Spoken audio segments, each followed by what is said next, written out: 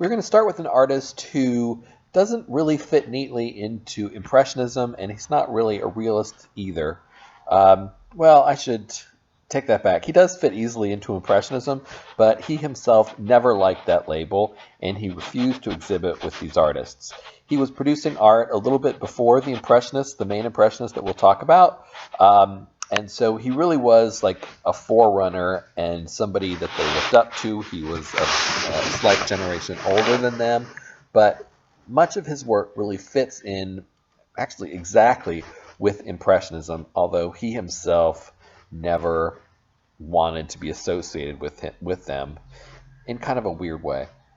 Anyway, he was somebody who was trained by a member of the Academy who was in very high standing. So let's look at just the type of painting that would have been the ideal painting in the Academy when Edouard Manet was a student in the 1840s. Thomas Couture was the artist that Edouard Manet studied under, and his Romance of the Decadence was the hit of the Salon in 1847. It won the grand prize, and it was everything that art from the Academy was supposed to be. It was set in the ancient past. It had a moral tone to it because these were the last days of the Roman Empire, and it was commonly thought at that time that the reason for the Romans' decline is that they just became wildly decadent. They had orgies and they had drinking parties in Rome, and they were no longer concerned with affairs of the state. Now, of course, this is not true at all, but this was what historians believed in the 1840s.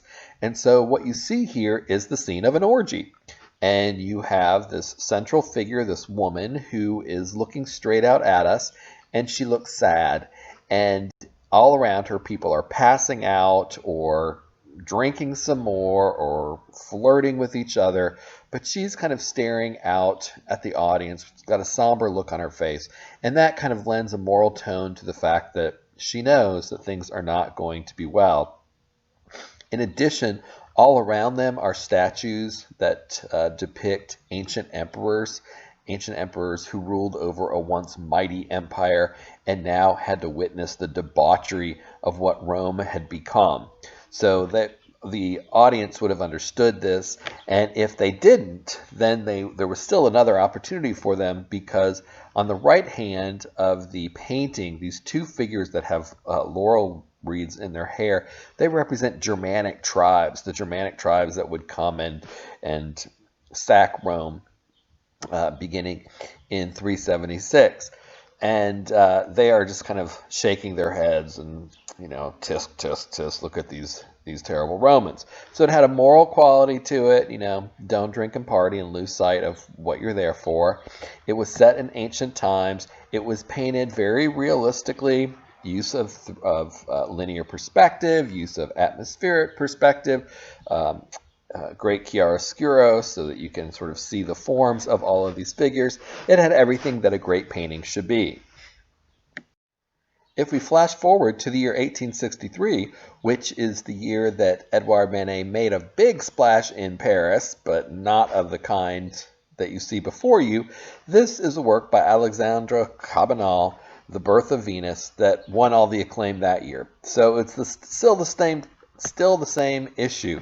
It is set in ancient times. This is the birth of a goddess. It's a nude woman rolling around. We can enjoy her flesh because she's not looking at us. She's riding a wave of sea foam. All of these little cupids in the air are excited about her birth. And it is sort of typical academic fare for really much of the 19th century. And all of this insistence on this type of painting is what the Romantics were rebelling against, what the Realists were rebelling against, and now what you're going to see the Impressionists rebelling against. But the Academy stood strong against all of these movements, and kind of framed them as the degenerate ones, not the good ones. So people were not encouraged to purchase the art of artists associated with these other movements. Academic art is where it's at. That was the official French government's stance. So into this academic system comes a man by the name of Edouard Manet. And like the realists, he believes that it's important to paint what you see around you. He's not as political as the realists are, in the sense that he's not advocating for the lower classes per se, but he strongly believes that art should reflect the world that you see. And his painting from 1863 that would make Paris a little uncomfortable was a work that you'll see next. And the work was titled Luncheon on the Grass from 1863. And what the French crowds who came to see it were presented with was a man and two men dressed in contemporary clothing, what all fashionable middle-class men of Paris wore at the time. And then they seemed to be in a park, a newly created park in Paris that we'll talk about in a bit, having lunch. And you can see picnic elements at the lower left corner. But then what people couldn't quite wrap their heads around was the fact that there was a naked woman sitting with them, staring directly out at the viewer. She was clearly not Venus. She was clearly not an angel. She was clearly not some allegorical symbol of freedom or anything like that. And the only conclusion that people could reach was that she was a prostitute or a woman of ill repute sitting in broad daylight with these two men. And it was considered simply shocking. Also, behind her, there is a woman who has a see-through gown on, and as you'll notice, she's kind of large for the background, so there's strange things going on in this painting. The woman in the background is too big. The landscape, again, sort of like Courbet did, recedes too quickly, and yet she's there in the middle ground, sort of taking up this weird space. And things are very brushy the further back you get. It's as if he kind of stopped painting and just decided he was finished. So people were perplexed by this painting, to say the least. In fact, it confounded so many people that it was not even allowed to be in the salon that year, despite the fact that Manet earlier had submitted work and had even won a minor prize in a previous year, which automatically allowed him to submit work without being juried. But in this instance, the officials at the salon thought that this was so ludicrous that it couldn't possibly be included with the other paintings from the Academy. That same year, there was a record number of people that were denied entry into the Academy, and there was a real outcry. People were really complaining. And so at the time, the Emperor, Napoleon III, said, okay, fine, if you want to show your work, I will open up another exhibit hall across from the government salon, and we'll call it the Salon of the Refused, or the Salon des Refusés. And so there was two pavilions that year, one that was recognized by the government and one that was nearby that were the rejects.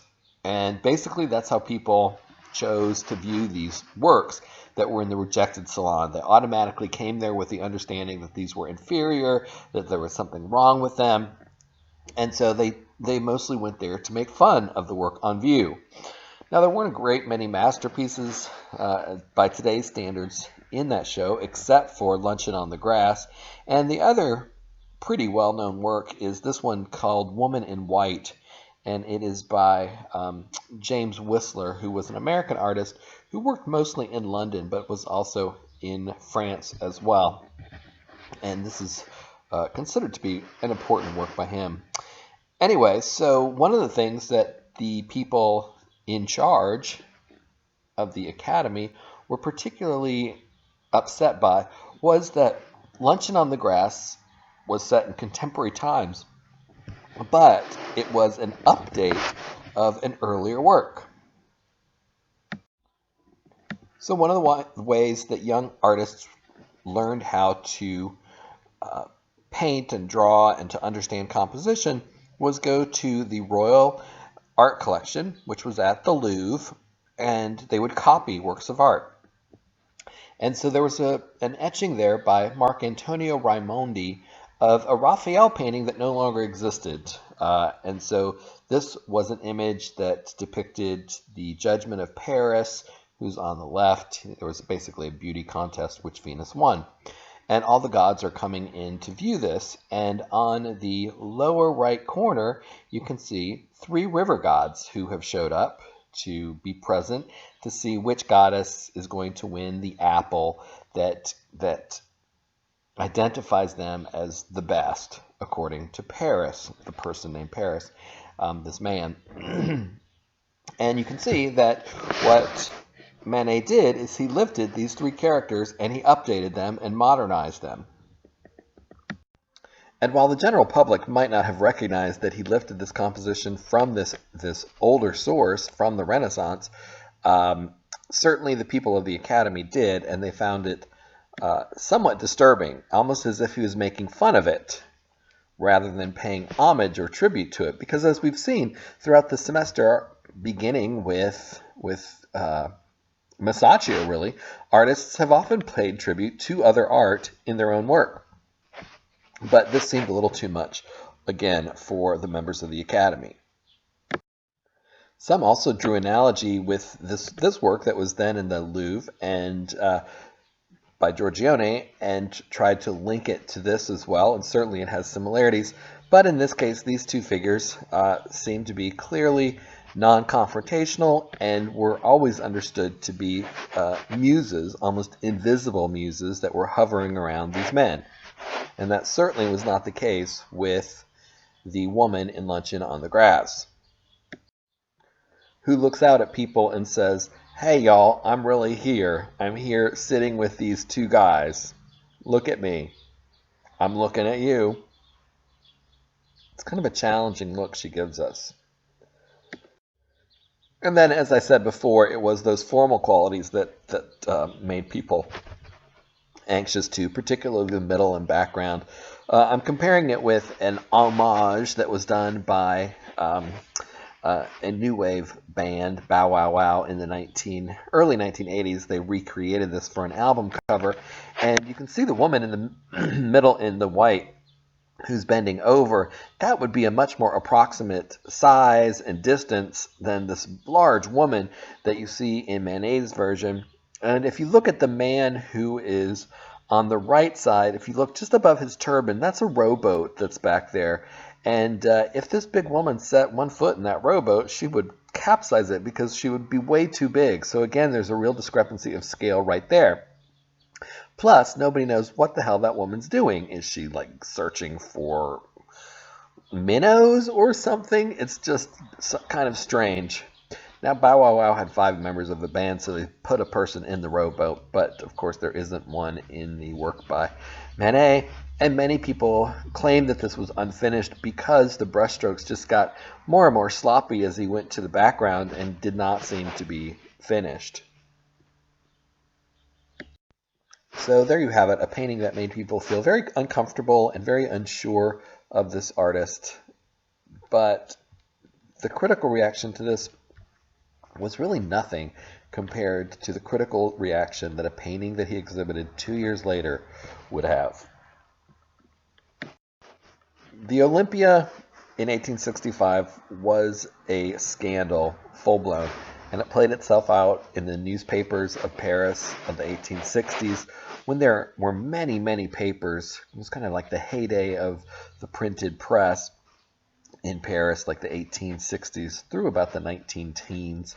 But anyway, Olympia was something that critics were furious about. They felt assaulted by it. They felt disgust for it. And it was something that very few people did not respond negatively towards.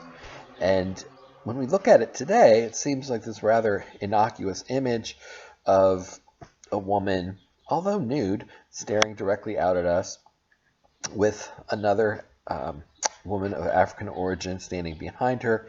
And then you'll notice there's also a kitty cat at the very edge of the bed.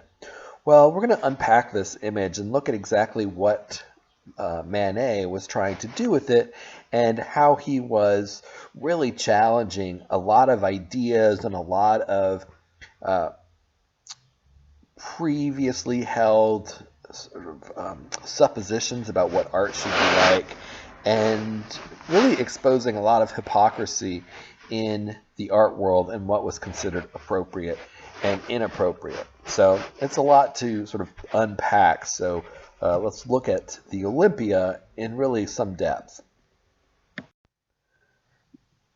In Paris at the time, there was a writer who was a poet, but also wrote short stories, and he also wrote criticism. His name was Charles Baudelaire. He wrote novels as well. And in 1863, he was really trying to advocate that artists be painters of modern life, that artists should paint what they see before them. And this is what he wrote. If a feebly imaginative artist has to paint a courtesan of today and takes his inspiration from a courtesan by Titian, it is only too likely that he will produce a work which is false. From the study of a masterpiece of that time and type, he will learn nothing of the bearing, the glance, the smile, or the living style of one of today's creatures, he said.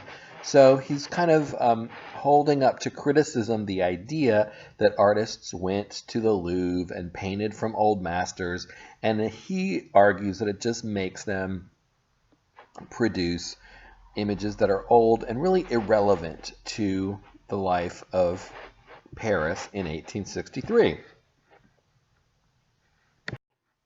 So Manet took that as a challenge. So he went to the Louvre and he looked at the Venus of Urbino by Titian on the left, and he painted a quick version of his own that you see on the right.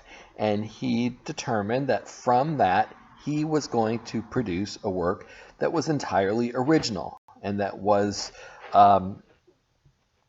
reflective of today's society rather than that of the past.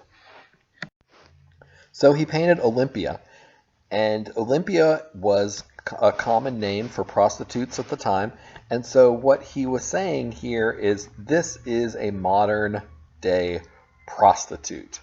I did look at the Venus of Urbino by Titian, and this is how I have updated it. We've seen that he already did some updating in his Luncheon on the Grass, but this was even more bold and dynamic because this was a prostitute. Unlike the kept woman in Venus of Urbino, she wasn't necessarily a prostitute. She was just the lover of a duke who would become his wife. But still, she's presented as Venus, so the goddess of love. And he says, let's strip away all of this kind of bull malarkey that says that nudity has to be reserved for classical goddesses and nymphs and the like. And so he places nudity on a modern figure in the same way that he did on the Luncheon on the Grass, and in fact with the same model. Her name was Victorine Marant, and she was well known as a model to artists in Paris in the 1860s. She was also an artist of her own, although unfortunately only one work is known of her. She is lying there. She's got a flower in her hair. She stares directly out at us like she did in Luncheon on the Grass, kind of insisting that she's not going to look away. She's not there to be looked at, but she's doing the looking at you. And she is accompanied by this maidservant, this woman of African origin, who's bringing in flowers. And then at the foot of the bed, there's a black cat that is also staring out at us. So there are three figures.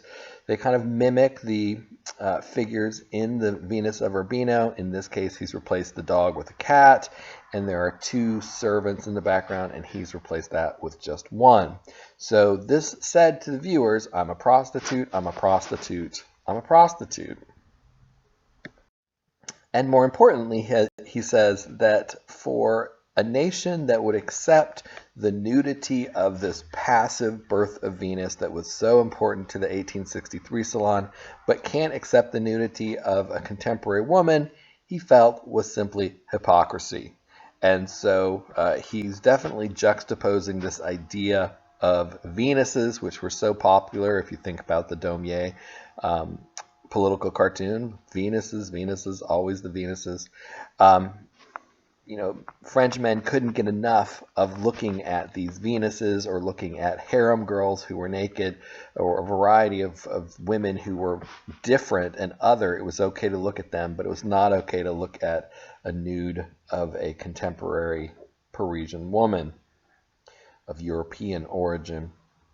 So he's pointing out this hypocrisy when he does this. He had a friend, Zachary Astruc, who was a poet, and he took the unusual move of attaching a poem to the Olympia, having it displayed alongside it. And it said, "When weary of dreaming, Olympia awakes. Spring enters in the arms of a gentle black messenger. It is the slave, like the amorous night, who comes to make the day bloom. Delicious to see the august young girl in whom the fire burns." Critics were not amused. I want to read you some of my favorite ones about how they reacted to this painting. What verse? What a picture! Olympia awakes weary from dreaming? ? She has had a bad night, that is evident. Insomnia and colic have disturbed her serenity. Her color indicates as much. There are two black messengers, a cat which has unfortunately been flattened between two railway sleepers, and a negress who has nothing about her that recalls the amorous night, unless it be a bouquet bought at the florist's on the corner and paid for by Monsieur Arthur, which tells me a great deal about Olympia. Arthur is certainly in the antechamber waiting. So to understand some of that, one of the things that identified Olympia as a prostitute is that many prostitutes took the name Olympia, and Arthur was a common name that men used as an alias, call me Arthur, and it became something like the way that prostitutes referred to their customers, in the same way that in English they referred to them as like Johns. Anyway, she was a skeleton, dressed in a tight-fitting tunic made of plaster, all surrounded with black, like the armature of a stained-glass window, and who, to the horror of so much stupidity and ignorance, now adds the disappearance of a finger, which cries out for examination by the public health inspectors. So this guy was so hysterical and worked up that he believed that the fingers that were firmly planted over her genitals, one of them was missing and pleasuring herself. Although if you clearly start counting, you can see that there are 5 fingers, pretty evident. When he refers to the public health inspector, he's referring to the fact that prostitution in Paris was perfectly legal. In all of France, it was legal, but it was heavily regulated. So prostitutes had to see a health inspector every several weeks in order to continue to engage in their profession. Another one says, "This woman is a prostitute with dirty hands and wrinkled feet. She is lying down, wearing one Turkish slipper, a red flower in her hair. Her body has the livid tint of a cadaver displayed in the morgue. Her outlines are drawn in charcoal, and her greenish bloodshot eyes appear to be provoking the public, protected all the while by a hideous negress and a cat flattened between rail cars. Never has anything so strange been hung on the walls of an art exhibition." You might notice that some of these critics start sounding alike, and many of these pieces came out over a period of time, a period of months actually, and so some of them seem to have obviously been reading the descriptions by other critics, and then it kind of enters their vocabulary. "That Hottentot Venus with a black cat, exposed completely naked on her bed like a corpse on the counters of the morgue, dead of yellow fever and already in an advanced state of decomposition," reads part of one of another. "The expression on the face is that of a prematurely aged and vicious creature. The body, the color of which reminds me of meat that is hung for too long, is reminiscent of the morgue.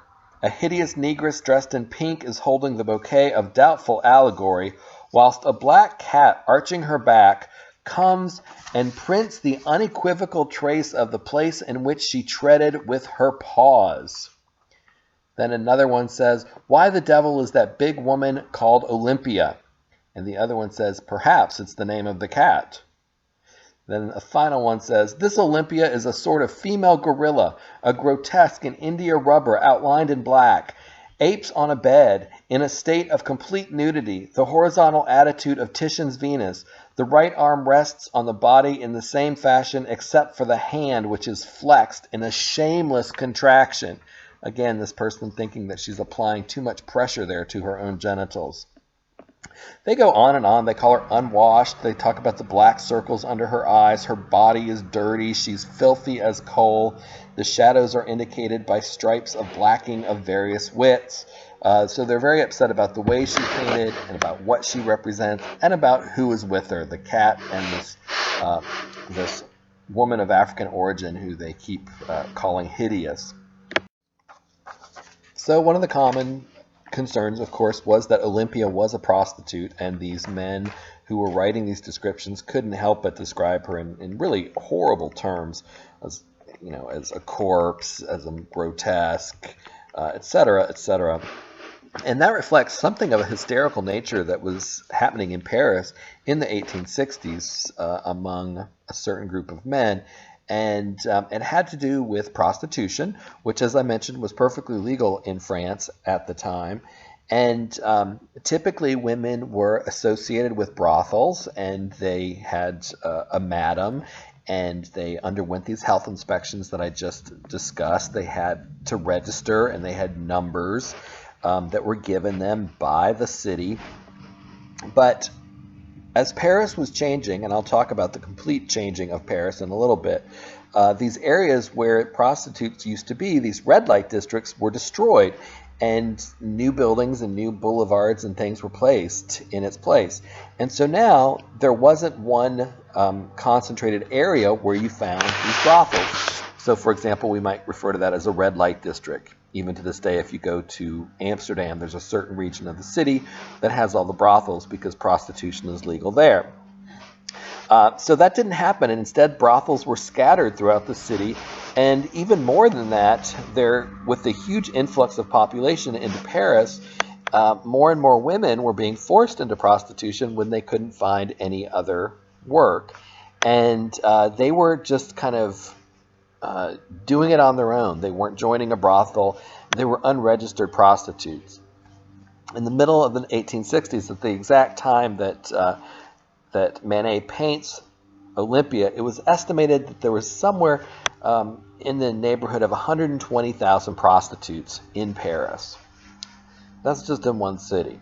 So here's what a newspaper account from 1864 says.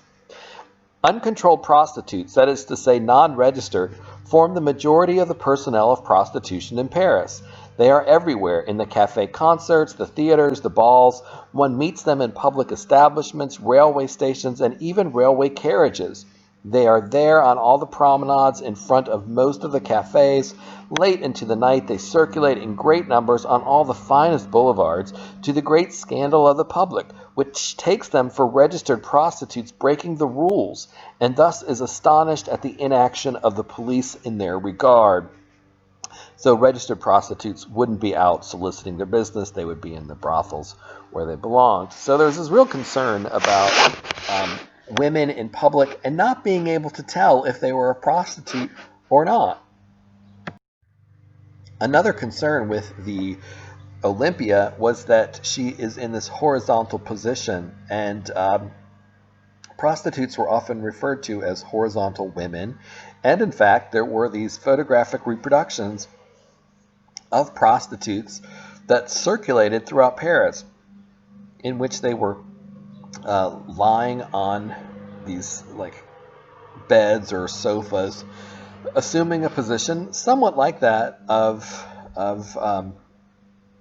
Manet's Olympia.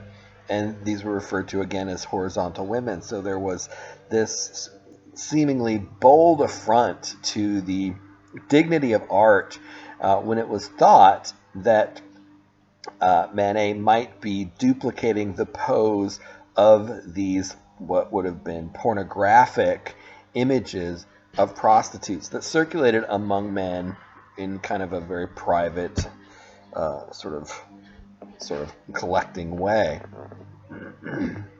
The other thing to note here as well is that if you'll notice the photograph, the way that photography was at the time, it required a bright flash, and what that flash would do is it would wash out the skin tones so that the flesh looks very flat, all one color, and then you get these outlines around the different body parts that are distinguishable.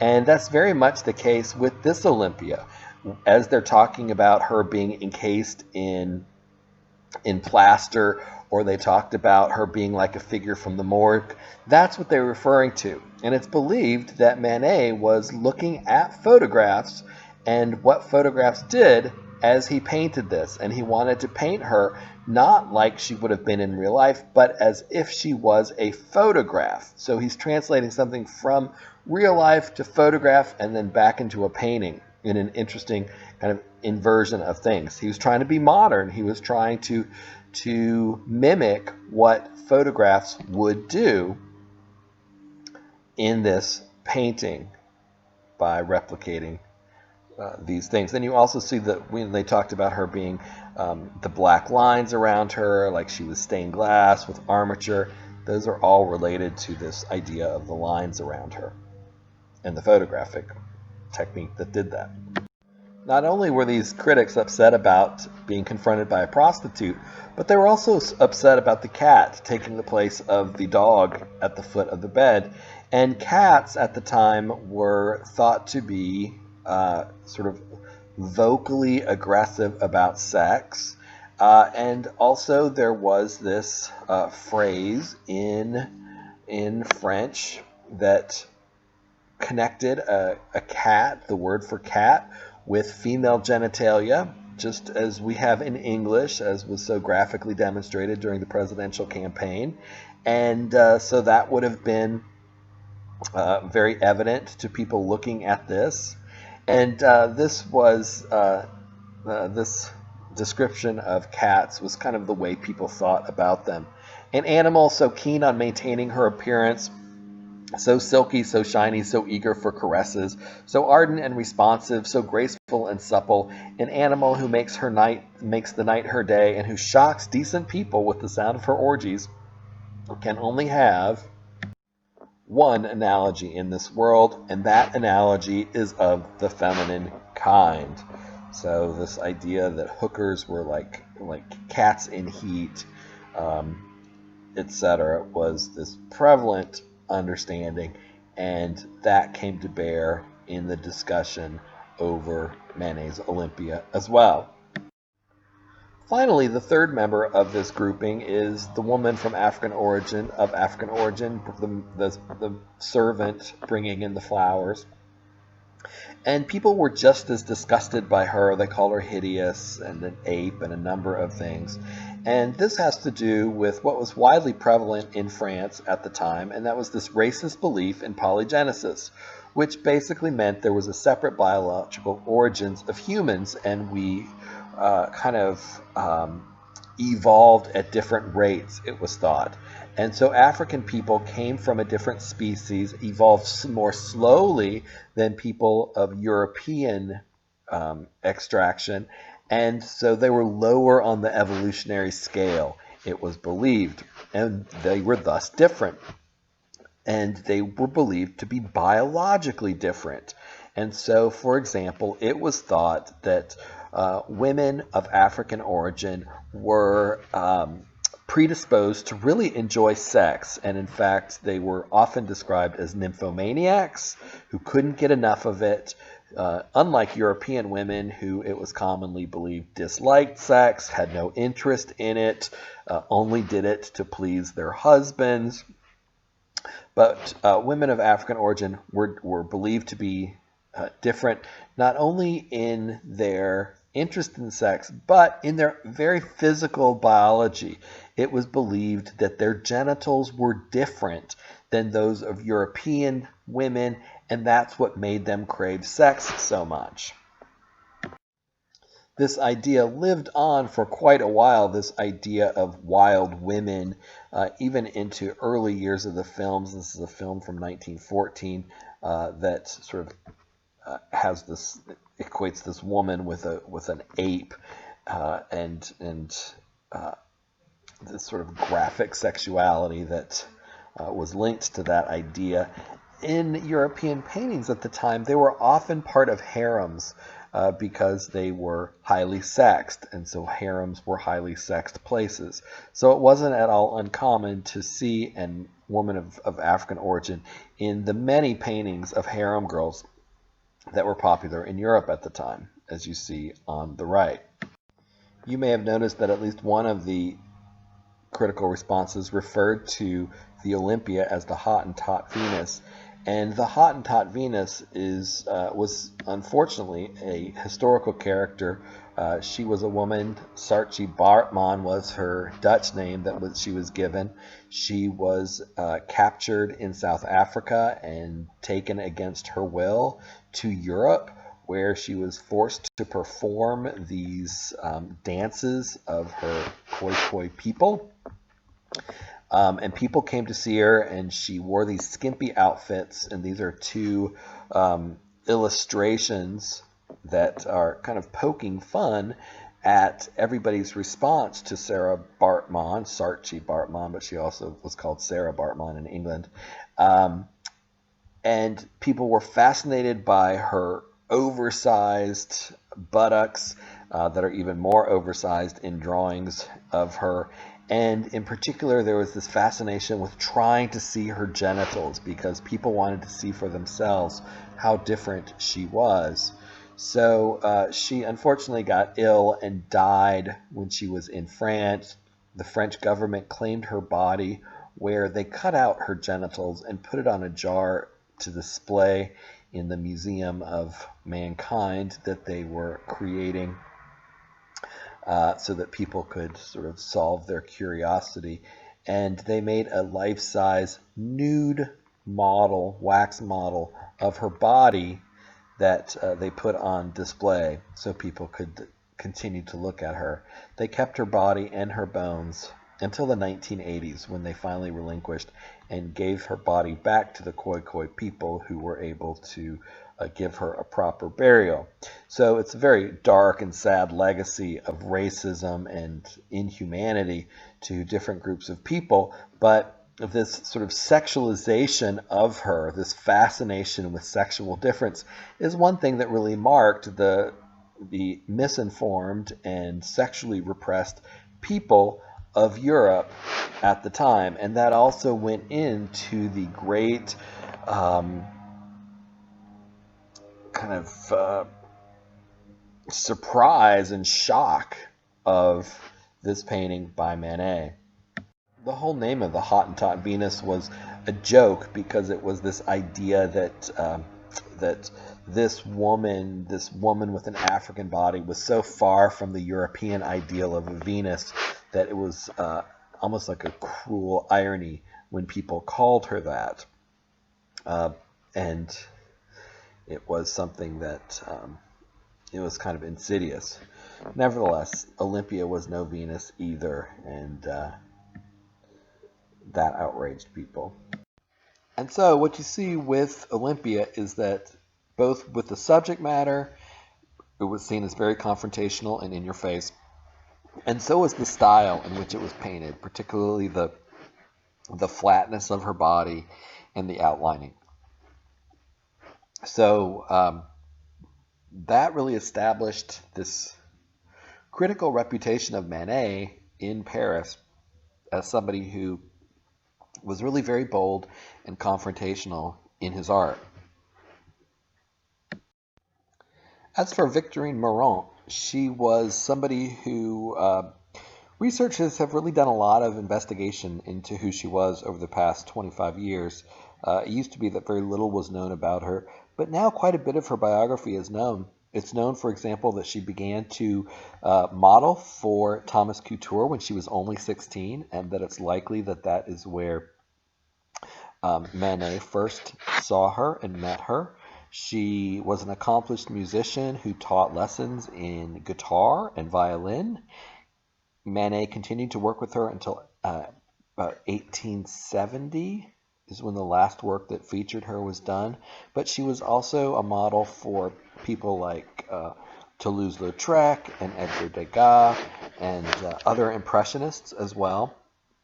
She began to paint herself in about 1875, but rather than adopt some of the Impressionist styles of the people who painted her, she was more conservative, and she painted more in the style of the Academy. She was juried into 6 different salons. She won awards. But unfortunately, as of this date, the only painting that has been attributed to her is this small study on the right. It's called Palm Sunday, and it was discovered in 2004. It was known that she spent the last 30 years of her life with a female partner, and they shared a home in a suburb of Paris, and that she died when she was about, I think, 80 or so. So she lived a long, full life, full of art and music, and, hopefully she felt happy about all of that. For his part, Manet continued to paint despite the harsh criticism he received, probably worse than anybody had received, perhaps in the 19th century. I'm not positive about that, but it was pretty devastating. One of the first works he painted after Olympia was a portrait of Émile Zola, who was a poet who was one of the rare critics who came to his defense.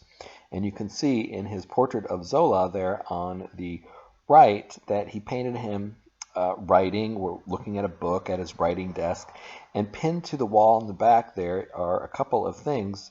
One is a Japanese print, which I'll talk about in a little bit. The other, you can see Los Borrachos, the work by Velázquez, and one of the great heroes of Edouard Manet was Velázquez. He loved his work.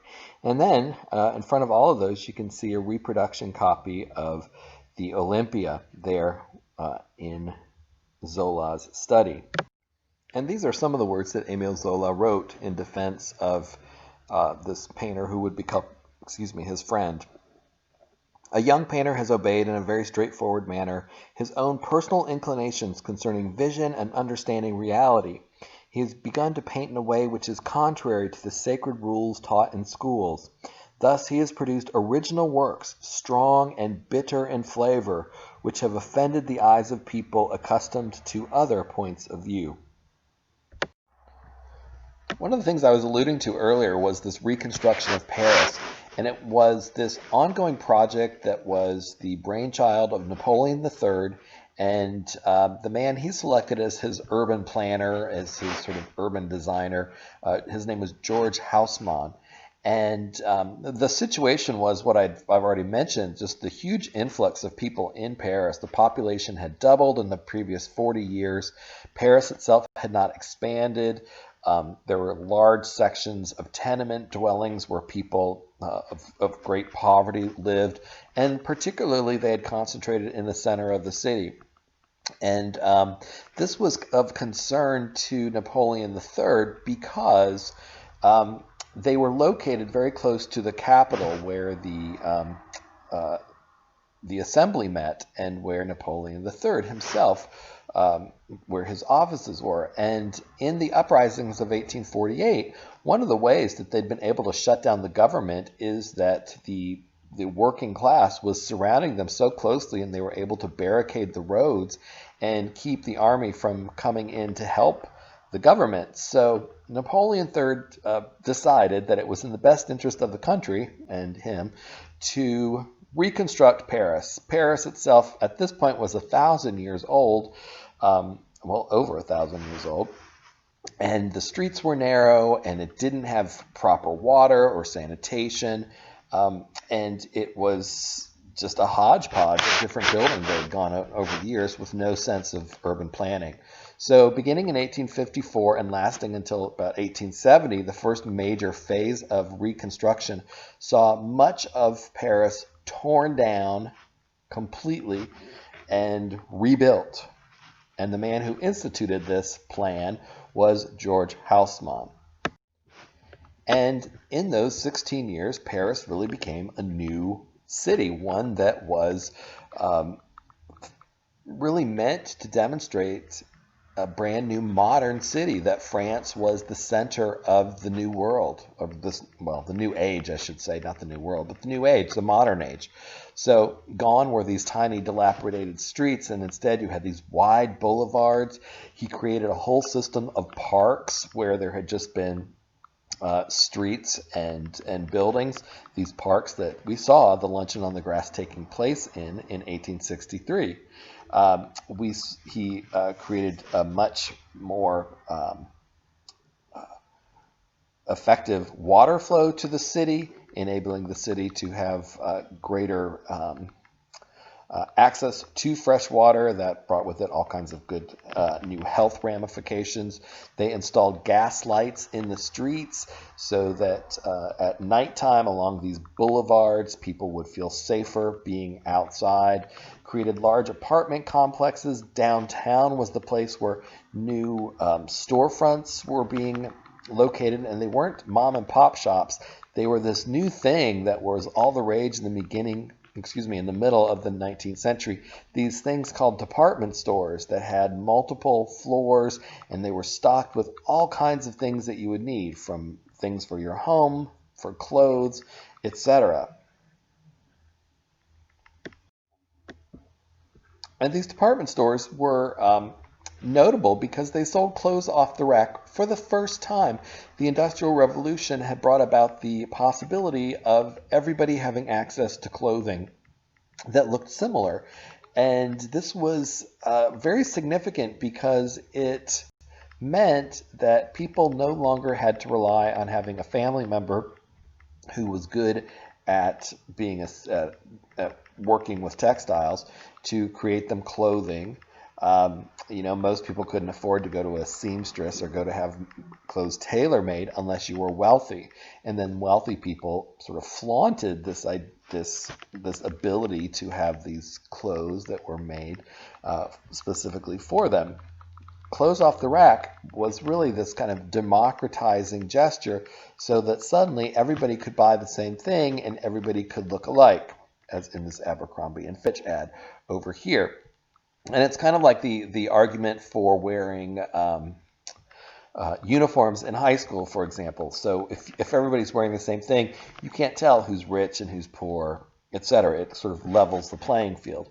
Now, that wasn't exactly the case in Paris because, of course, the wealthy were still having fabulous clothes made for them, and they would not be caught dead in these department stores buying clothes off the rack. They were a cut above that. But for the wide swath of people, from the middle class all the way down to the upper lower classes, suddenly you had the possibility of appearing on the same socioeconomic spectrum.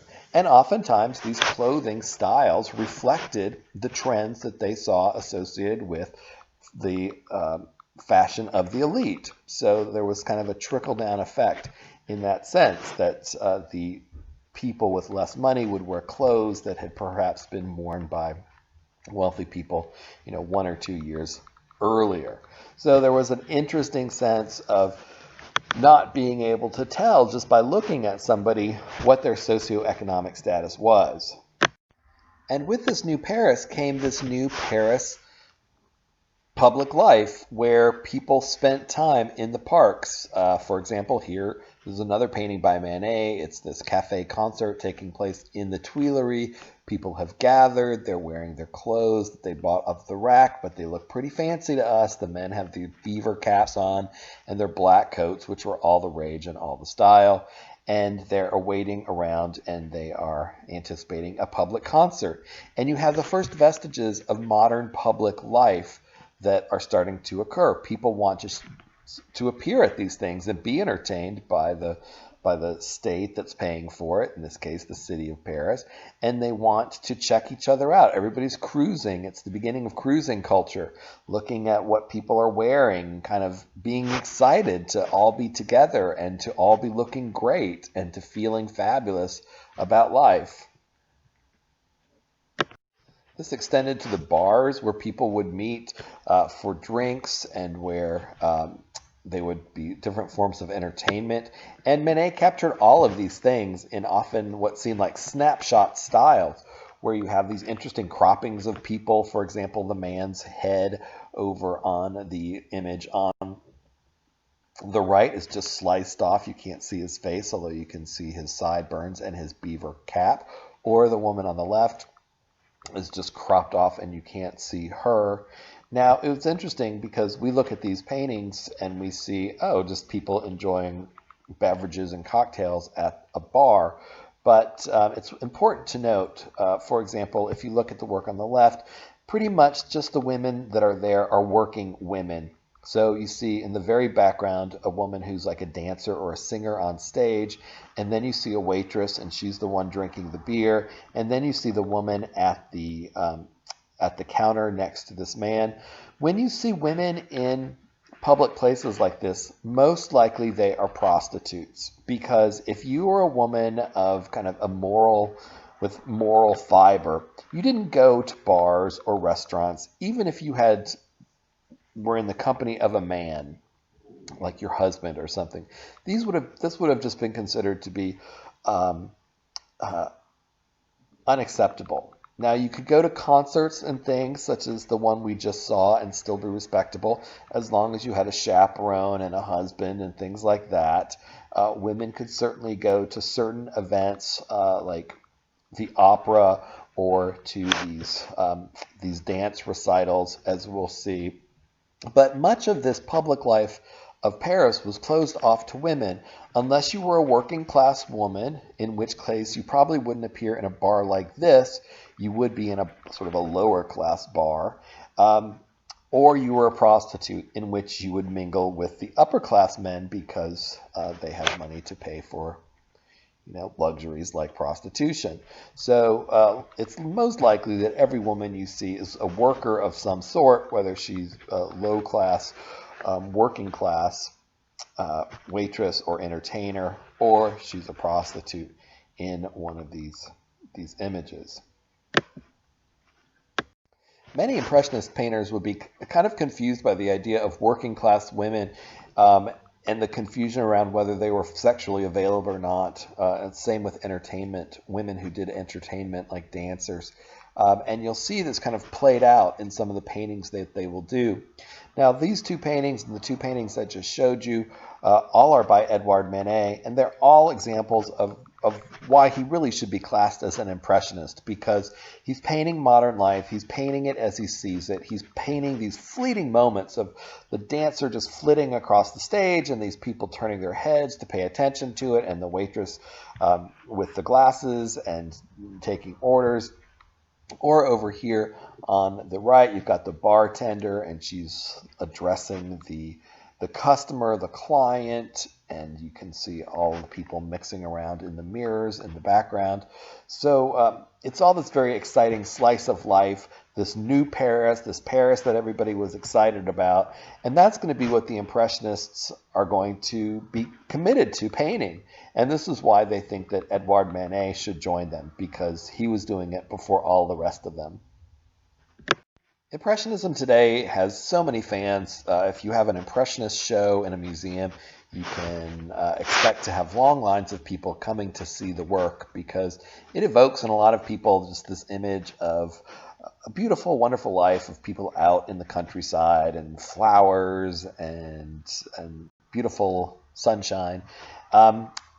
But that's not really the whole story of Impressionism. The Impressionist artists who first came together in the 1870s and continued into the 1880s were really considered renegades and were not at all successful in selling their work, in promoting their work, in being much of a factor in the art scene in Paris until the 1880s.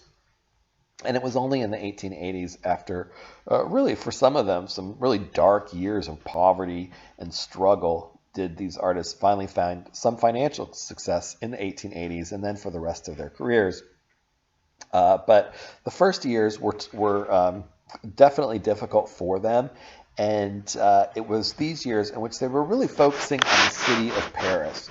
You don't see some of the lovely scenes like we see on the right until we move into the 1880s, and then you see a little bit more images of outdoor leisure.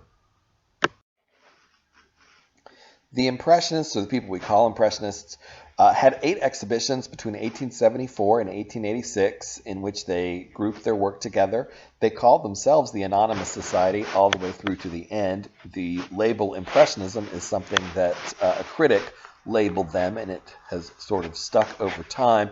The people that exhibited for all those 8 exhibits were not always the same. The numbers grew, and then they got smaller, and then they grew again. So it was just sort of based upon this commitment that they all had to create art that was of its time. So these artists were committed to depicting the rapidly changing modern world around them. And like I said earlier, throughout the 1870s, this was mostly an urban world, and in the 1880s, they began to explore the countryside. Several were also committed to the idea that painting should change to reflect the new realities of modern life. And so, stylistically, their art changes dramatically from the art of the Academy. Now, it should be mentioned here that their Impressionist ranks included some who didn't believe that art needed to change the way art looked. And so you'll see people like Gustav Caillebotte, who looks like he should belong in with the Academy, but he didn't, because he didn't believe in the ideals of the Academy in painting, frou-frou-y things from Greek and Roman mythology or these pastoral ideal things. Instead, he was committed to modern life too, but he painted in a very similar style to academic way. And here's that difference I was just speaking of. So Claude Monet will become a real famous Impressionist painter and will paint in what people now think of as the Impressionist style, with lots of loose gestural brushstroke and this way of creating, of sort of slathering the paint on the composition in this real fresh and dynamic way, so that everything seems a little bit lighter and a little bit less pulled together. Gustav Caillebotte, on the contrary, is very naturalistic in the way he approaches his work, and he continues to paint in this academic style. But they're both of similar mindsets, that art needed to be of its time and that you had to depict the world around you.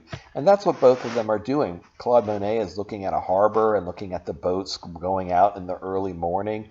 And Gustav Caillebotte over there is looking out the window, or this character is looking out the window at this new Paris in the morning. You can tell by the light that it's the morning light. So both of them interested in the same thing, but interested in expressing it in very different ways. In addition to this new Paris that the Impressionists are dealing with and sort of thinking about and wanting to make paintings about, other of the factors of the modern world are impacting them as well. The idea of urbanization, which goes along with the changing Paris, is very important, but so is industrialization, this thing that has affected Europe for the past 100 years at this point. And there's still this growing importance of the machine and of technology in changing the way everybody perceives the world. And it's this idea that people's perceptions of the world are changing so quickly because of these amazing new inventions that is part of what the Impressionists try to capture in their paint, just the quickness of everyday life. Part of what this new technology brought with it is global markets. Steam engines and steam liners were connecting parts of the world in ways that they never had. The Impressionists themselves are going to be very impacted by the influx into Europe of Japanese things, of all places, where they will be influenced by Japanese prints, something that they never had access to, an art from outside of the European tradition. And this will change the way they view the world and their art and how their art reflects the world. The other thing that's going to fascinate the Impressionists are changing gender roles, particularly the presence of women in public. As I've already mentioned before, there was the prostitution question, and although it sounds weird to say, a lot of the Impressionists seem to have been concerned about that, but just the prevalence of women in new occupations as shop salespeople in all these new department stores, as the bartenders, as the waitresses. men hadn't been exposed to women in such great numbers really until this new Paris that was being constructed offered so many jobs for women, and these women were dressing like the other women of who were walking around in Paris, and so there was this confusion about their positions. And this would grow into a strong feminist movement in Paris by the 1870s, one in which increasingly women were demanding the right to a greater education because they were only educated through what we would call elementary school at this time. They demanded equality in things like divorce proceedings and other issues that were significant for them in the 1870s. So women and the changing roles of women were very prevalent on the minds of men in the workforce and as well as in family life. Things that specifically impacted artists who painted was that for the first time available to artists in the at the end of 1860s really, was the mechanical production of paints. Paint was now produced in factories, and it no longer had to be ground up by hand and mixed with linseed oil, but could now be done in a factory. And this paint, these oil paints that were produced in factories, were put into tin paint tubes. The collapsible tin paint tube had been invented in the 1840s in the United States by an American, John Rand, and by the 1860s, they were being filled with paint. And this allowed artists for the first time to go outside their studio without having to haul all this stuff, raw pigment to grind and then to do that whole process. Instead, you could go out with these paint tubes, and it allowed painters to paint en plein air, is the French term, but it just means outside. So artists could take their canvases, they could take their paints, and they could go and they could paint something as it was happening in real time.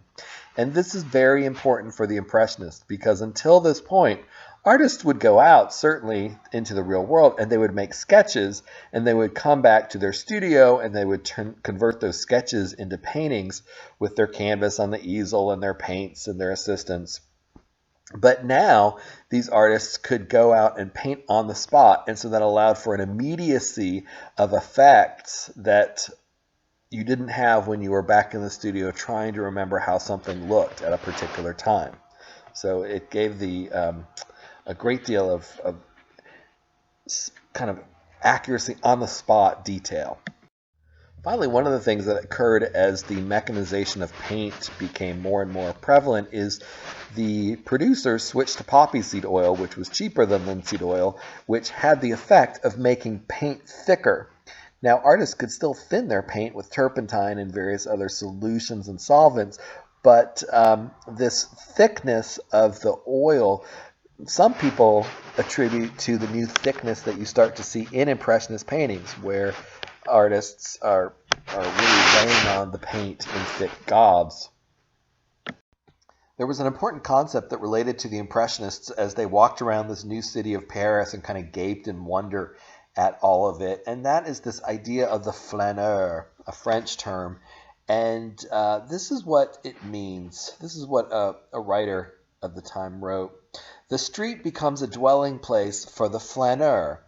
He is as much at home among the facades of houses as a citizen is in his four walls. To him, the shiny, enameled signs of businesses are at least as good a wall ornament as an oil painting is to a bourgeois in his salon.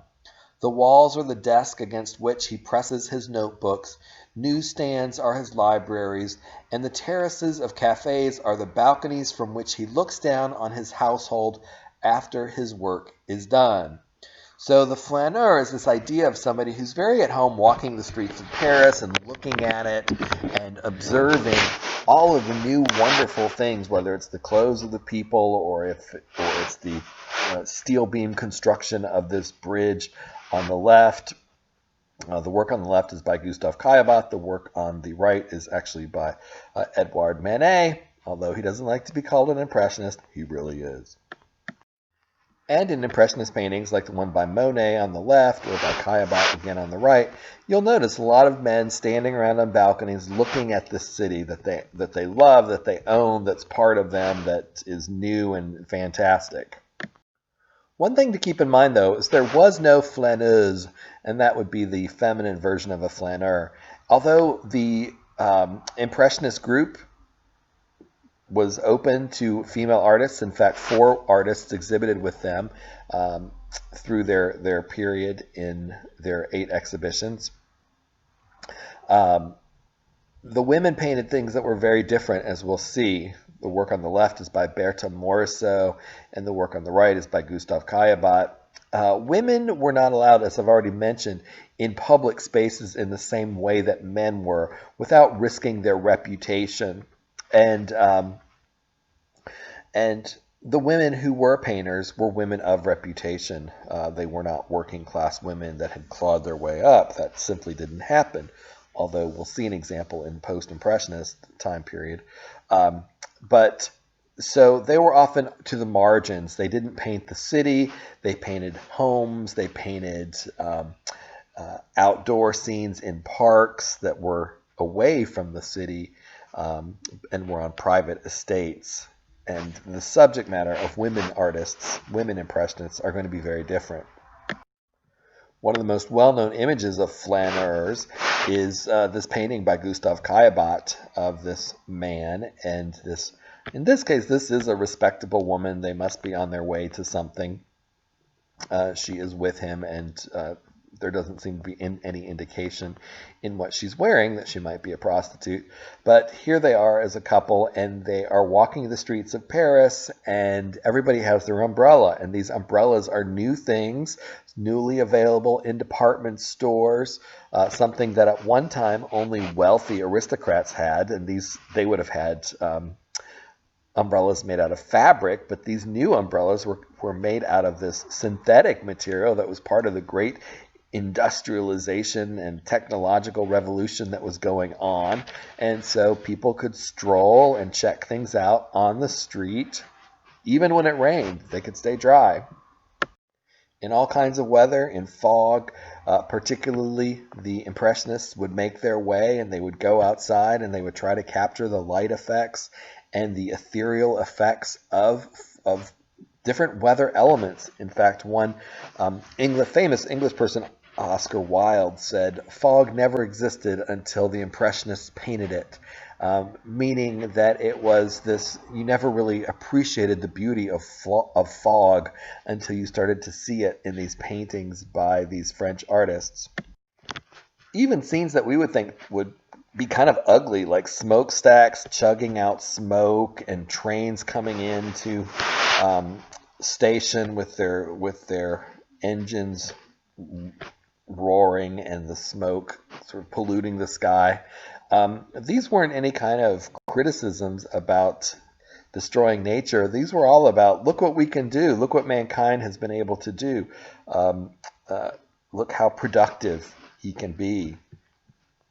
The new train station in Paris was this magnificent thing built out of steel beams and glass, and when trains would come in, the smoke would rise and it would get trapped under there, and it was always, the appearance of the place was always changing. So Claude Monet took his different canvases down, and he painted the scenes directly before his eyes. He was so enraptured by the ever-changing appearance of the train station as the trains came and went.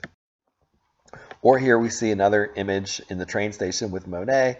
Or on the left, here he is up in the balcony looking down at the wide streets on the wide boulevards and the large sidewalks and all the people dressed the same looking at each other.